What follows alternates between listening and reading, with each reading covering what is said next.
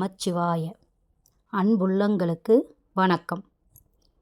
சிவபெருமான் எளியவர்க்கும் அருளும் கருணை உள்ளம் கொண்டவர்.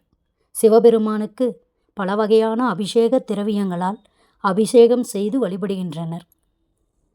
சிவனுக்கு அபிஷேகம் செய்யும் போது 12 மாதங்களும் எந்தெந்த பொருட்களை கொண்டு அபிஷேகம் செய்ய வேண்டும், அதன் பலன்கள் பற்றி காண்போம். சித்திரை மாதம் மரிக்கொழுந்தினால் அபிஷேகம். இதை செய்வதனால் புகழ் வந்து சேரும். வைகாசி மாதம் சந்தன அபிஷேகம். நற்செயல்களில் ஈடுபாடு அதிகரிக்கும். ஆனி மாதம் முக்கனிகளினால் அபிஷேகம். பயிர் செழிக்கும், விளைச்சல் பெருகும், கேட்டவரும் கிடைக்கும். ஆடி மாதம் பசுவின் பால். இதை கொண்டு அபிஷேகம் செய்வதனால் நீண்ட ஆயுள் தரும், பயம் நீங்கும். ஆவணி மாதம் நாட்டுச் சர்க்கரை.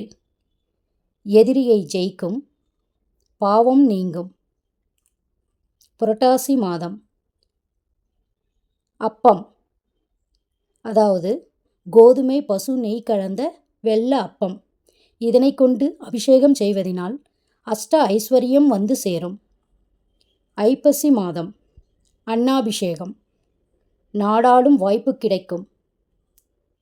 கார்த்திகை மாதம் தீப வரிசை, அதாவது தாமரை நூல் தீபம் ஏற்றுவதனால் நல்வாழ்க்கை அமையும், வாழ்வில் ஒளி உண்டாகும், பழி தீரும். மார்கழி மாதம் நெய்யபிஷேகம். நெய்யபிஷேகம் செய்வதனால் முக்தி தரும், கண்டம் நீங்கி ஆயுள் கூடும்.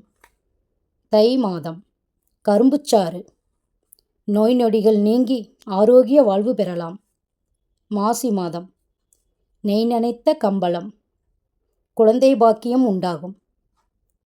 பங்குனி மாதம் பசுந்தயிர்.